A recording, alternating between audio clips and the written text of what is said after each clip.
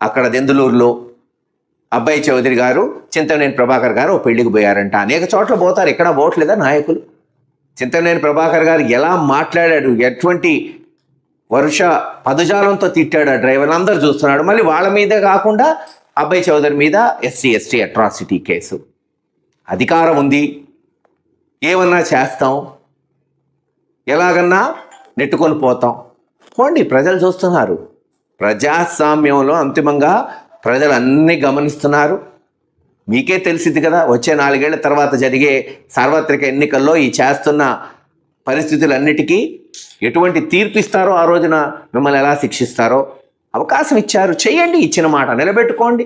జగన్మోహన్ రెడ్డి గారు 2 లక్షల కోట్లు DBT ద్వారా డబ్బులు ఇస్తే మీరు 3 లక్షలు ఇవ్వండి. ఎవరు అప్పారు? 3 లక్షల కోట్లు ఇవ్వండి, ఎవరు కాదన్నారు?